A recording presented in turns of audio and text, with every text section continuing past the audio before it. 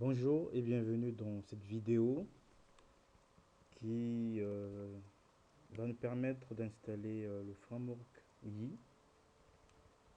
Donc nous sommes bien sur le site de framework Yi.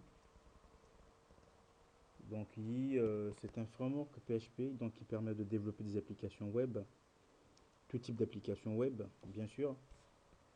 Et donc la version stable de Yi c'est la 1.1. Et en ce moment, il y a la version 2.0 donc qui est en phase de développement. Donc le but de cette vidéo, c'est de pouvoir travailler sur cette version et de voir comment nous pouvons installer cette version. Installer eFramework en version 2.0 qui est en phase de développement. Et donc tout en haut, on a la version 1.1 qui est stable, qu'on peut télécharger et commencer à travailler dessus. Dans ce qui concerne la version 2.0, donc on a deux ou plusieurs types d'installations. Donc on peut passer par Composer, qui est un outil pour installer des applications PHP, donc avec l'outil composer.phare pour gérer les dépendances sur des libres PHP. Et donc on peut aussi utiliser, on peut passer par une archive. Et donc là on a deux types d'applications. On a une application donc avancée, c'est-à-dire qu'on aura ici dans ce premier type donc deux parties, on aura le back-end et le front-end. Donc le deuxième type d'application que propose UI, donc en fait c'est des templates qui sont prêts à l'utilisation. Et donc là on va prendre le deuxième type d'application, donc qui est une application basique. Donc directement on aura un front-end. Donc on va devoir télécharger ce template en faisant ceci. Donc je copie l'adresse du lien. Donc je vais lancer mon terminal. Alors j'ai un répertoire de travail. Alors qui s'appelle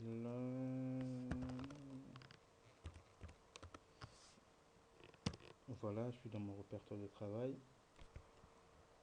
Donc je vais utiliser wget pour télécharger l'archive.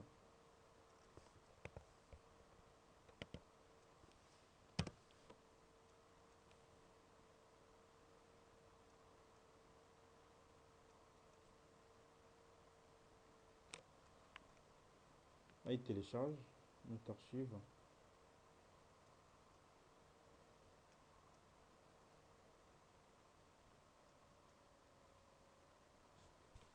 Alors, donc, on va dézipper notre archive. PDF.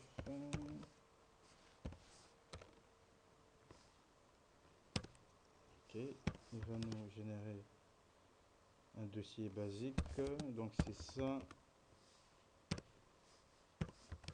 Voilà notre template de base pour une application de type basique. Donc là, on voit bien qu'on n'est pas dans le dossier var www. Donc je suis bien sûr sur Linux. Donc ce qu'on va faire, on va devoir créer un lien symbolique vers le répertoire www. Donc, donc basique vers var w et on va l'appeler basique. Voilà, c'est fait. Alors on va vérifier notre site localhost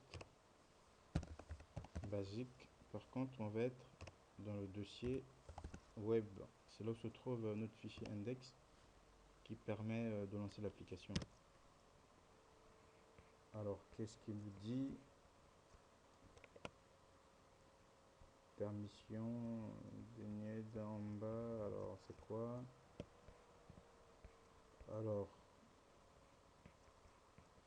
pas le droit d'écriture sur runtime.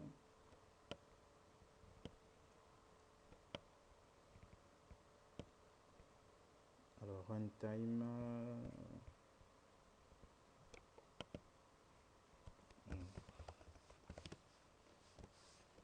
ls runtime. Alors chmod, je vais donner les droits d'écriture. Donc après on pourra enlever ces droits plus tard si l'on veut bien.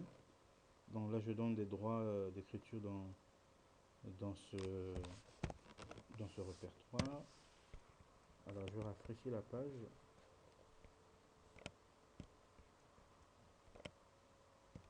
Qu'est-ce que ça donne? Alors on me dit,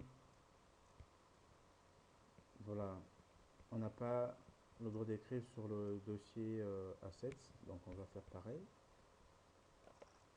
Donc dans web assets, alors cd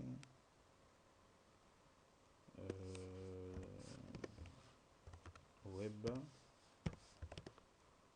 dans le dossier assets, on va faire pareil. Chmod, par contre,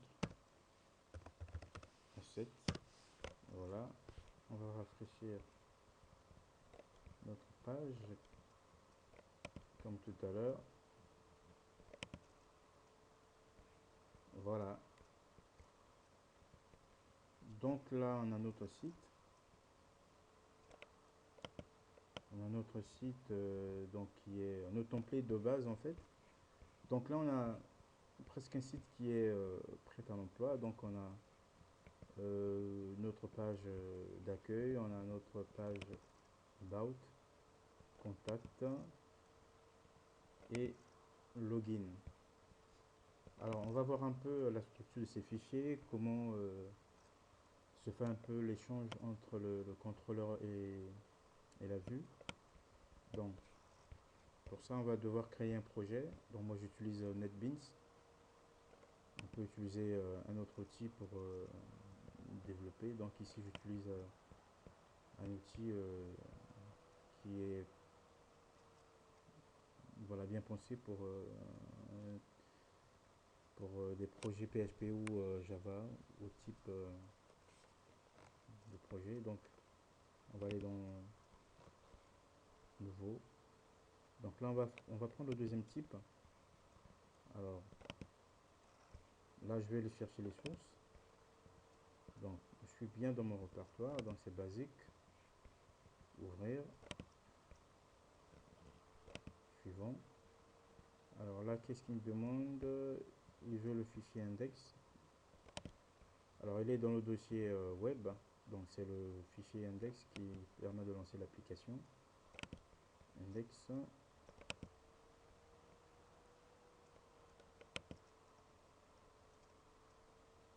Voilà, donc là j'ai un projet YI Framework en version 2.0, version de développement. Et donc là j'ai mon fichier .index. Là pour tout ce qui est configuration donc de l'application, donc c'est dans ce fichier là. On va y revenir pour d'autres vidéos. Et là, le but c'est de voir un peu comment fonctionne le contrôleur et la vue. Le modèle, on va revenir peut-être sur dans d'autres vidéos. Et donc là, on va voir comment transmettre, comment se fait l'échange entre la vue et le contrôleur en ce qui concerne le passage de variables. Voilà, donc là, je vais voir dans le dossier contrôleur. Donc j'ai un contrôleur qui est créé par défaut, qui s'appelle site. Donc site contrôleur qui hérite de contrôleur. Et donc là, on a notre action index. Donc sur la vue, donc c'est ce qui est présenté ici. On va voir la vue index dans le dossier view. Donc là c'est le layout pour l'application. Donc là on a notre contrôleur et dedans on a des fichiers qui correspondent aux actions qui sont définies dans notre contrôleur. Donc sur le fichier index, donc là on a le contenu de ce qui est sur la page d'accueil. Donc on voit bien congratulations. Ici c'est pareil. Alors je signale que ici par défaut il utilise Twitter Bootstrap comme framework CSS. Donc il n'y a rien à configurer en ce qui concerne l'utilisation de Bootstrap CSS. Donc c'est fait, c'est comme si c'était fait en natif. Donc il n'y a rien à configurer, tout est fait. Donc il suffit tout simplement de connaître les contrôles, comment se définit les contrôles au niveau de ce framework, des boutons, des listes et autres. Et donc là, ce qu'on va faire, on va essayer de modifier ou encore d'ajouter quelque chose sur cette page, en essayant d'afficher quelque chose sur cette page pour voir un peu comment on récupère des variables, donc du contrôleur à la vue. Et donc là, on va essayer de créer au niveau de notre contrôleur. Donc on va essayer de créer une variable.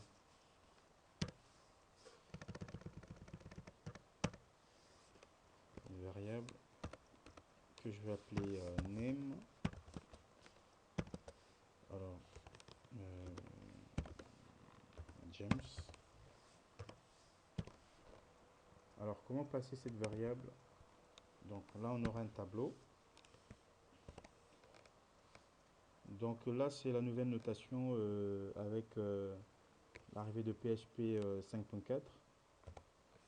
Donc j'ai le nom, j'ai une clé. La valeur ça va être ma variable que j'ai définie, j'ai appelé name. Et donc comment récupérer cette variable au niveau de la vue? Donc là je vais essayer de l'afficher donc avec PHP echo, donc ma variable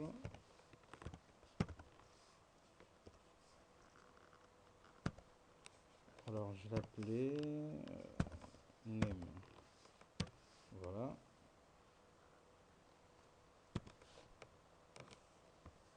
PHP, alors qu'est-ce que ça va donner?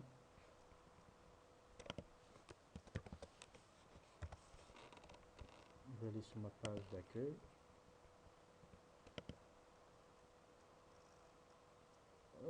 Alors name n'est pas défini. Qu'est-ce qui s'est passé?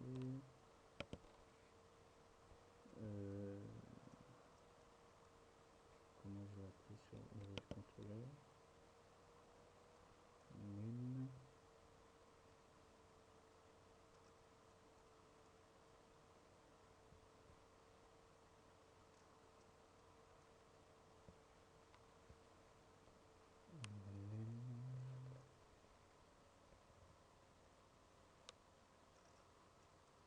Ah,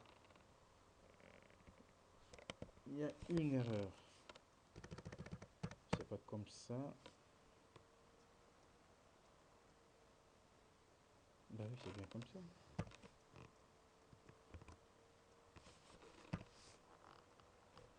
Name.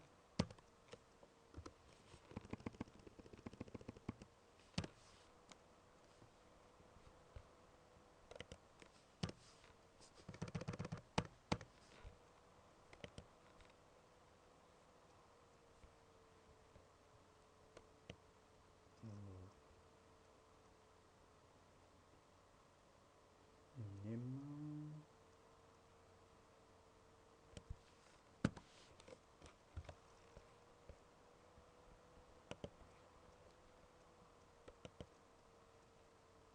Voilà. Donc là, j'arrive à afficher ma variable names, ma variable name qui s'appelle donc dont le contenu est James. Et donc là, on voit bien comment récupérer une variable, le contenu d'une variable. Donc je pourrais définir une autre variable. Donc si je définis un tableau par exemple, myTab, alors avec la nouvelle notation de PHP, donc tableau de pays par exemple, France, l'Italie, l'Espagne, Portugal. Alors,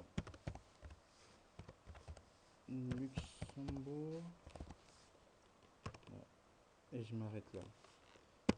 Alors, je vais passer cette variable. Donc, je vais appeler ça pays.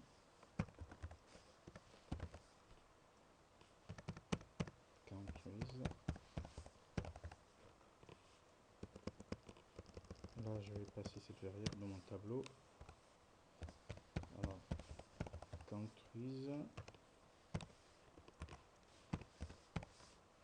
Countries. Alors, au niveau de la vue, alors comme c'est un tableau, je vais essayer de voir l'affichage avec vardump. Echo. Alors, vardump de PHP, ça donne quoi? De countries.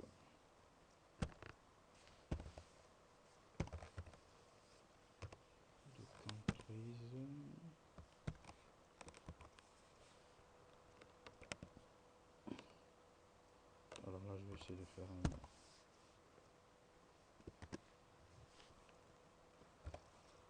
Voilà, on peut aussi le faire en PHP, le pseudo-ligne. Donc, countries, alors est-ce que c'est bien écrit? Alors si je rafraîchis, ça me donne quoi? Voilà. Donc, j'ai bien pu récupérer donc le contenu de mon tableau. Alors, il y a une méthode qui est vraiment mieux que voilà, le vardump de PHP, méthode en i. Donc on va essayer de l'utiliser ici. Donc c'est dans juste pour l'affichage, pour plus de lisibilité. Donc c'est dans i. Alors là on utilise bien les espaces de nom. Alors ça va être dans helpers. Puis dans base. Alors base. Dans base. Var. Alors il a une méthode statique. Donc dump. Alors ça donne que déjà les autres paramètres. Alors je vais prendre ça.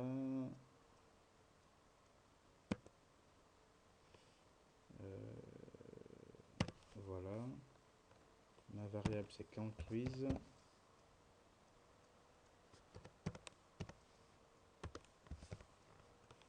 Donc c'est countries. Là par défaut c'est 10, donc je ne modifie pas. Et là, si je mets trop, ça donne quoi? Donc on peut aller vérifier dans la documentation ce que ça donne vraiment. Alors, qu'est-ce que ça va me donner en termes d'affichage?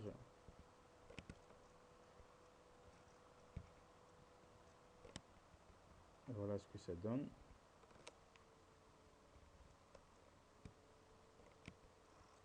Voilà ce que ça donne. Alors, je peux... Bon, c'est pas aussi top, hein, mais voilà, c'est une méthode qui permet juste de colorier, de voir un peu plus de lisibilité par rapport au vardump de PHP. Et donc, je peux aussi boucler pour faire une liste. Alors, si je vais la ligne, alors PHP for each.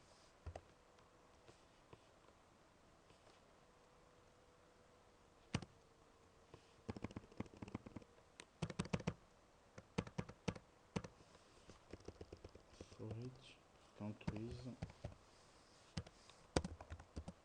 as country.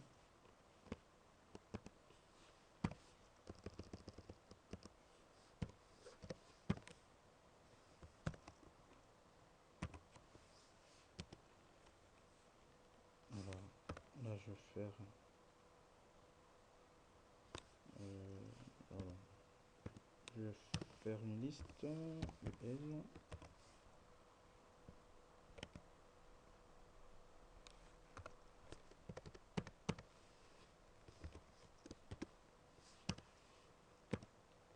Donc là je ferme PHP and for each.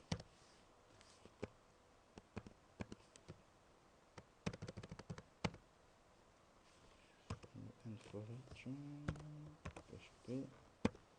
Alors je vais afficher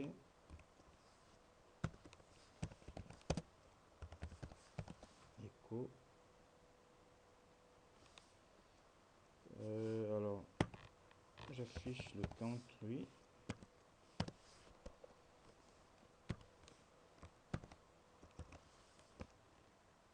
Donc là j'ai mon LI.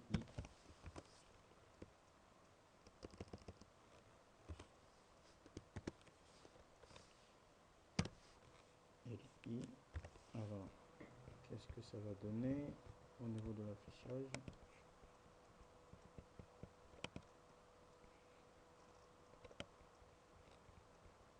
Voilà. Donc voici comment nous pouvons récupérer donc le contenu des variables. Donc on a le contrôleur ici avec un certain nombre d'actions. Donc là on était sur index. Donc on peut aussi voir comment créer une nouvelle action. Donc si je veux créer une nouvelle action, donc public, je vais l'appeler action test.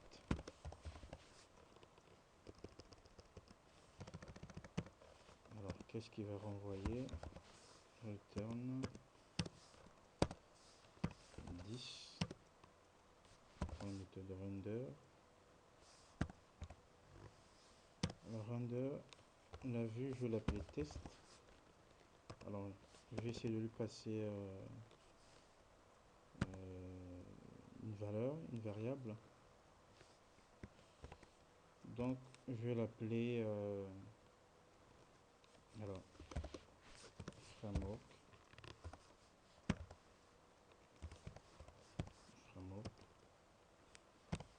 dans la variable va être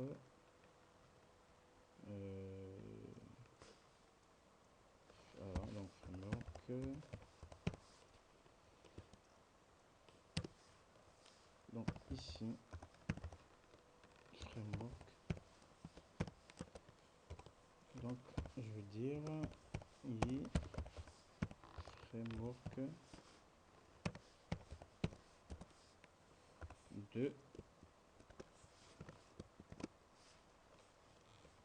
2.0.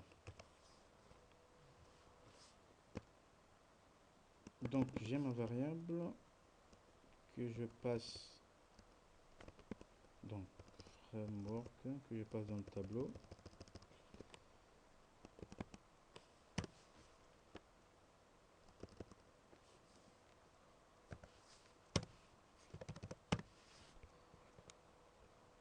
Donc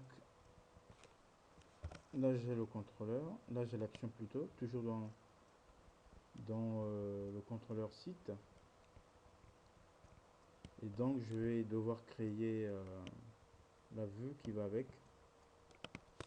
Donc je vais créer une nouvelle vue ici, new. Alors, PHP file. Je vais l'appeler test.php.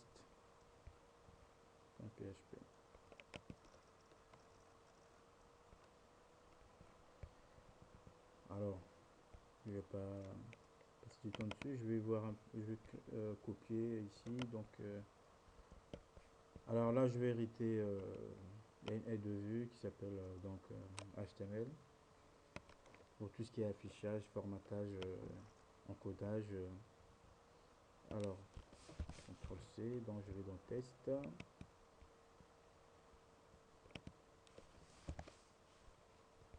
Alors,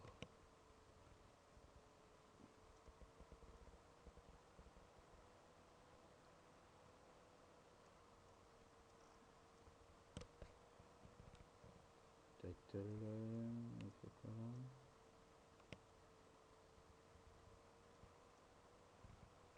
Alors, je vais récupérer ma variable. Déjà, on va essayer d'aller voir ce que... Bon, alors, ici, pour ajouter notre contrôleur sur le menu, on va aller voir le layout. Donc, le layout qui est dans view, layout, donc c'est le fichier s'appelle main.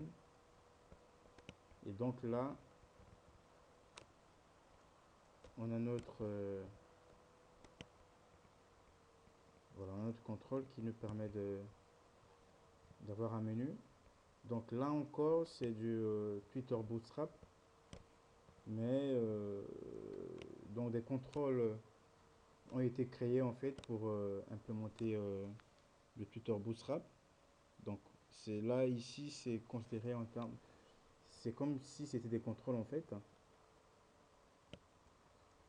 Donc c'est des contrôles qui sont développés en se basant sur le framework Twitter Bootstrap. Ce qui fait que au lieu d'écrire du HTML, donc on a des contrôles qui se définissent directement dans du code PHP. Voilà un peu l'avantage de ce qui est fait au niveau de l'e-framework. Donc ici on va pouvoir ajouter notre fichier test, donc label. Bon, au lieu de faire tout ça, je vais copier. Ici.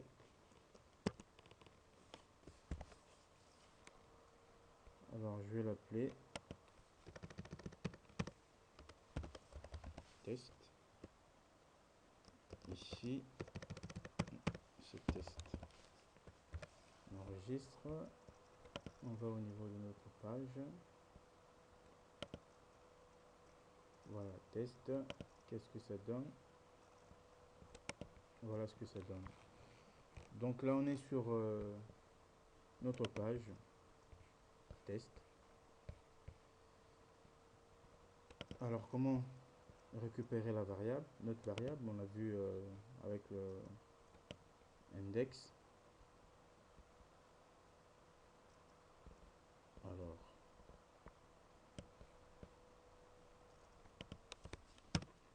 donc là, c'est pour afficher en cas où il y a des erreurs, hein, cette partie-là.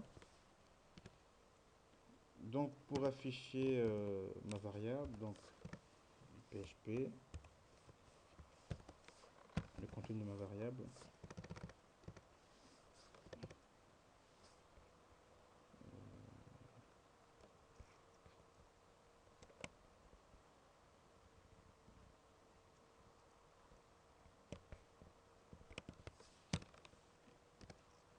Donc, PHP, echo. Alors, ma variable, je l'ai appelée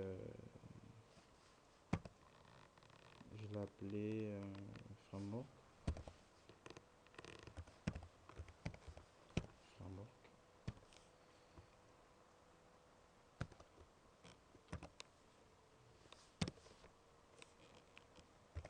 Alors, qu'est-ce que ça va donner?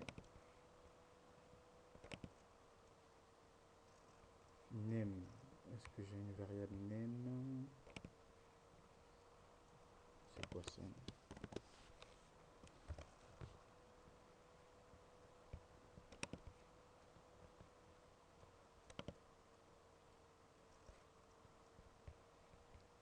Alors, j'ai dû oublier une virgule quelque part dans le test.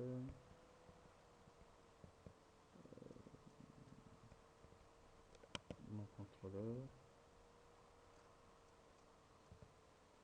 Alors, je l'appelais quoi?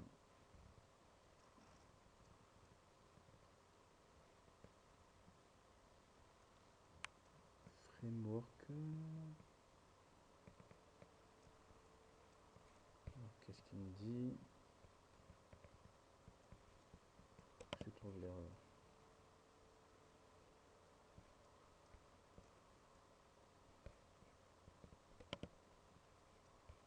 Je trouve l'erreur.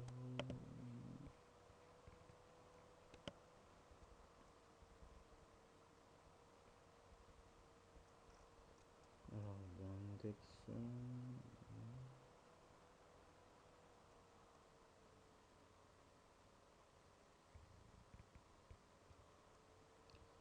Alors, j'ai une variable framework.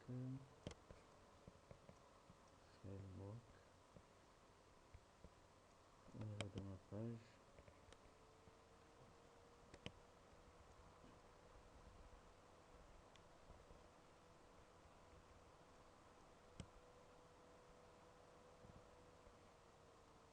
Message. Bon. On va enlever tout ça.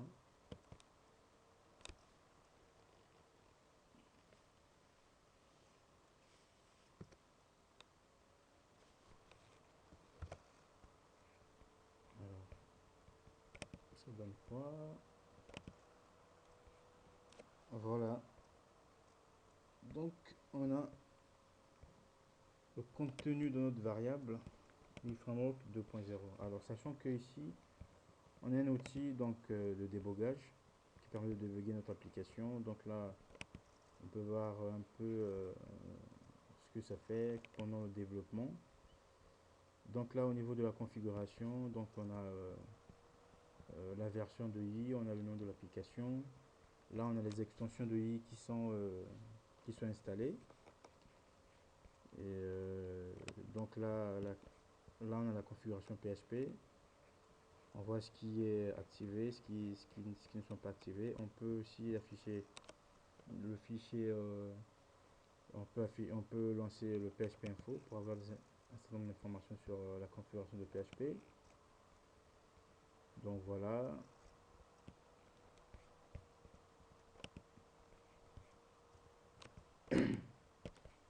Et donc là, au niveau des requêtes, on peut aussi voir des logs. Donc sur toute l'activité de l'application, tout ce qui se fait.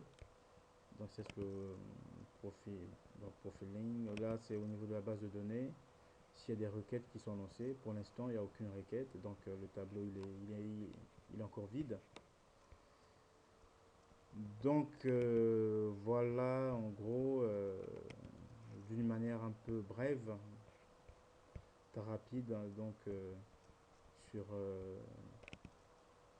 l'utilisation de framework, donc I 2.0. Donc on a vu comment récupérer, comment utiliser des variables, récupérer les contenus, donc du contrôleur à la vue, comment ça se fait. Et ce qui est bien, donc on a déjà quelques fichiers donc, qui permettent de démarrer un projet rapidement.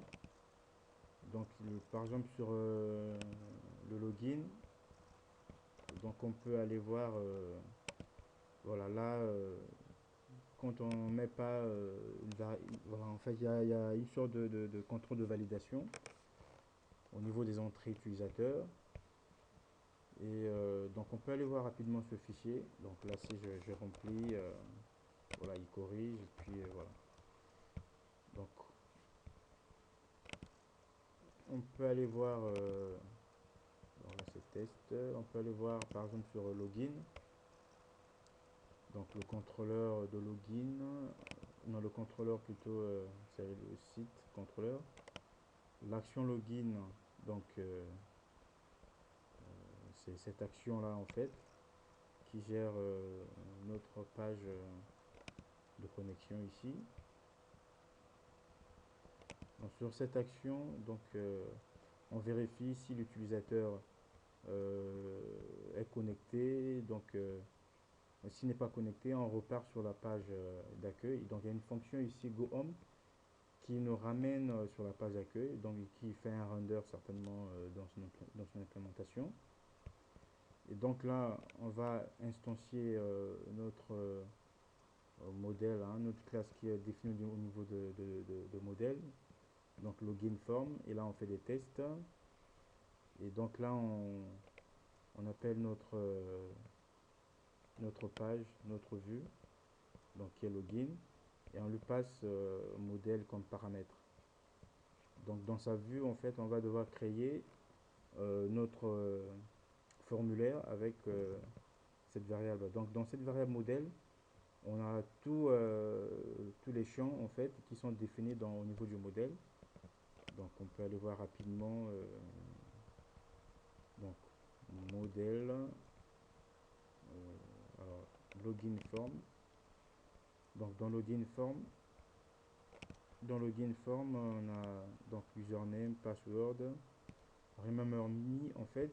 Donc ce sont des variables, des propriétés, des attributs en fait qui correspondent aux champs qui vont être définis dans le formulaire. Donc là on a des règles de validation.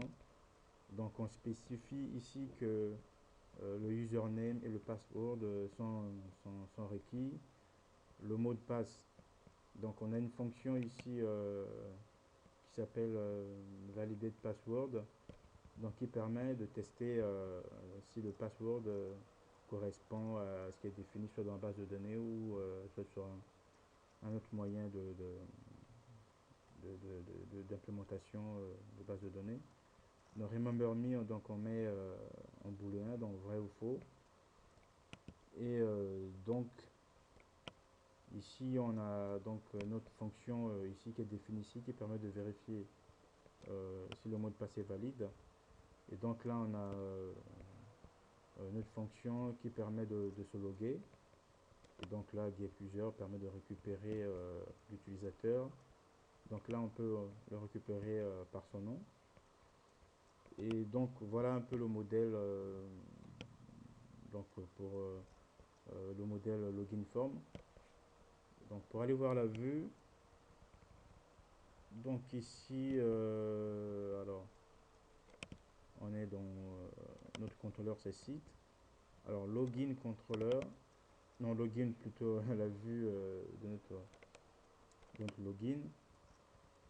Donc voilà, voilà, c'est un peu il y a beaucoup de choses à apprendre, mais d'une manière très très rapide. On voit un peu donc ici en fait c'est du Twitter Bootstrap, mais des contrôleurs comme je disais tantôt sont créés donc en suivant le Twitter Bootstrap. Donc là c'est comme si c'était en fait on fait du Bootstrap mais en code dans du PHP. Donc là on peut définir notre formulaire, donc active form. Pourquoi active? Donc ça vient avec des propriétés JavaScript, donc du Ajax disons. Et donc on a notre forme, on instancie notre classe ActiveForm. Donc on a une méthode statique donc qui est begin. Donc là on passe les paramètres. Donc au niveau des options, donc on voit bien que ici classe égale à forme horizontale. Donc dans le Twitter Bootstrap en fait, au niveau des balises, au niveau des divs, donc ce sont en fait des classes qui sont définies. Donc au niveau de i, on les récupère donc dans cette fonction là. On fait passer les paramètres, les options dans cette fonction begin. Et donc après cette fonction, donc là on va devoir créer nos champs. Donc on a notre instance de ActiveForm. Ici donc on a une propriété field qui permet de définir de créer un champ. Donc là on a notre modèle. Donc souvenons-nous au niveau de notre contrôleur, donc le modèle qui est instancié ici, donc c'est ce modèle là. Et donc lui qui va tenir compte, enfin cette instance va tenir compte des propriétés qui sont définies au niveau de notre modèle, ici. Et donc là on a donc field, donc il prend modèle, donc username qui est défini dans notre modèle. Là on a password, là on a remember me. Et donc là ce sont en fait des champs de formulaires qui sont créés ici. Donc on n'a pas ici à mettre, à créer les champs avec du HTML. Mais là, c'est vraiment des contrôles qui sont définis dans i. Donc avec du PHP, on crée des contrôles, on crée nos formulaires. Bien entendu, en se basant sur le Twitter Bootstrap. Et donc là, on a, d'une manière générique, on a field. Mais si l'on veut préciser le type de champ, donc là, on peut enchaîner nos fonctions. Donc ici, on a password input. Donc on spécifie bien que c'est un champ qui va contenir des mots de passe. Et donc ici, donc, on utilise pas un contrôle, mais une classe je ne sais pas si c'est dans Bootstrap ou c'est défini exactement pour cet exemple. Mais donc là, on a un contrôle. Donc là, on a une classe HTML, donc qui a une méthode statique, donc qui s'appelle submitButton. Et donc là, c'est toujours du Twitter Bootstrap. Et on voit bien dans le Bootstrap au niveau des divs, pour définir un bouton, on fait btn et btn primary. Donc voilà. Et après, donc pour fermer notre formulaire, on a une méthode static end, donc de la classe ActiveForm, pour fermer notre formulaire. Donc pour du HTML, ça correspond donc aux balises qui permettent de fermer notre formulaire. Donc voilà en gros d'une manière très rapide la présentation donc de Framework yi en version 2.0. Donc on aura d'autres occasions de voir un peu les parties les plus avancées concernant la définition des routes, au niveau des bases de données aussi avec Active Record et Query Builder, et voilà, avec tout ce qui va avec en ce qui concerne les avantages que donne ce framework. Donc je pense que pour l'instant on s'arrête là. Donc voilà d'une manière je dirais encore brève, donc d'utiliser ce framework qui est très efficace, très simple par rapport à ses concurrents, donc qui est un framework qui monte en puissance, qui est utilisé donc très souvent aux États-Unis, en Chine, en Russie, et en France on commence à voir des entreprises qui s'intéressent maintenant à ce framework. Donc voilà, merci, j'espère que ce framework, cette vidéo plutôt va vous faire du bien, va vous aider à aller voir un peu du côté de ce framework et voir tous les avantages plutôt que donne ce framework. Merci, au revoir.